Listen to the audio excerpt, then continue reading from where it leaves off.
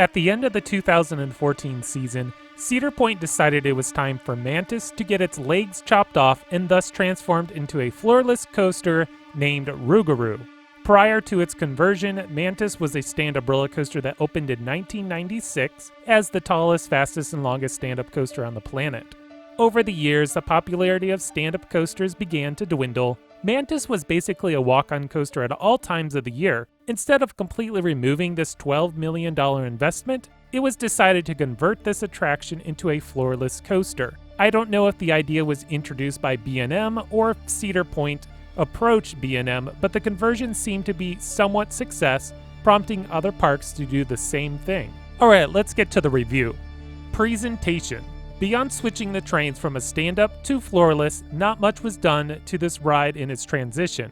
The color scheme was changed from red, yellow, and purple to now an orange track with dark green supports.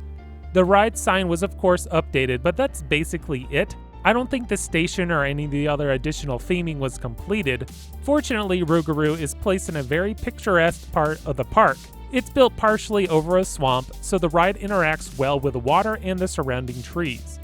The second half of the ride is tucked away in the trees and is only visible if you're looking straight at the attraction from the entrance area.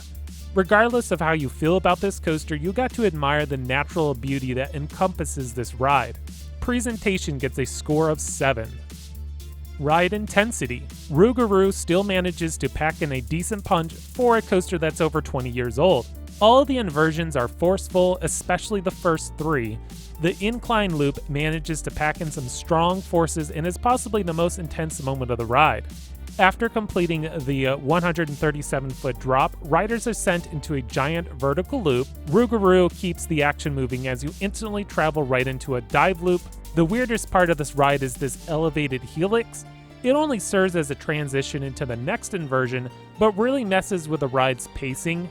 The incline loop follows right after, and as I said earlier, it's an intense inversion. When Rougarou was a stand-up coaster, this was part of the ride where my restraint would usually get pushed in another click. It now is a floorless coaster, this still happens, but it's more tolerable this time around. After the mid-course brake run, Rougarou enters into the spaghetti bowl section of the ride.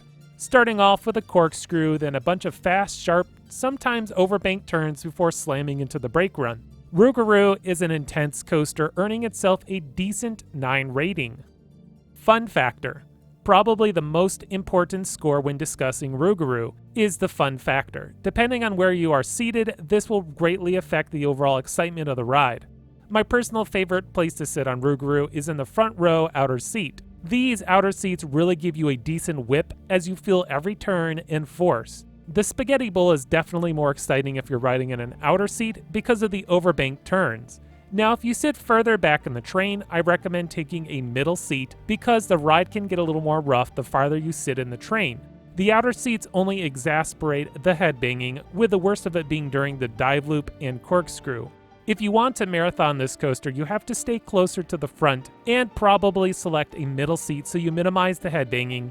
I'm giving Rougarou a score of 7 for the fun factor. Originality. If we were to travel back to 1996, Mantis would be a pretty impressive attraction. Up until that point, most stand-up coasters were on the smaller scale. Mantis really doubled down on the thrills by building huge inversions that were very forceful. The incline loop, which was first introduced with Mantis, became a staple inversion with other stand-up coasters that preceded it. If we were to compare Rougarou to today, this ride would be the run-of-the-mill multi-inversion coaster.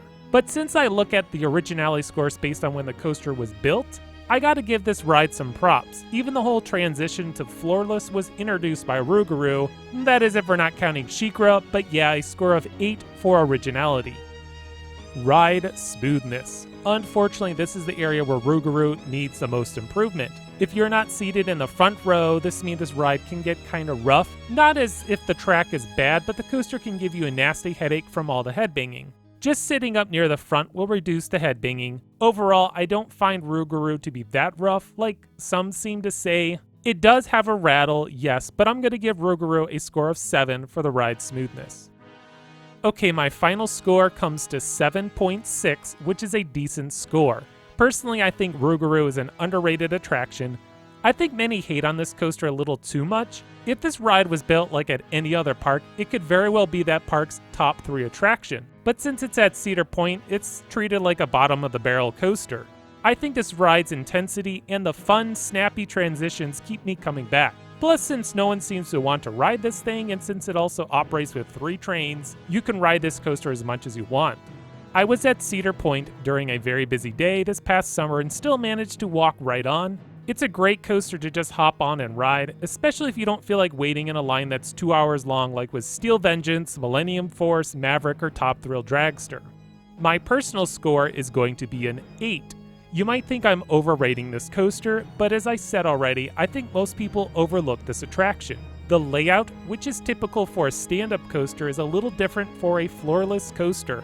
I'm a big fan of that incline loop, yet another inversion that I should have included in my top 10 favorite inversions. Sure, this ride does suffer from a rattle, but as I said earlier, just set up in the front, pick a middle row, and you will greatly reduce any head banging.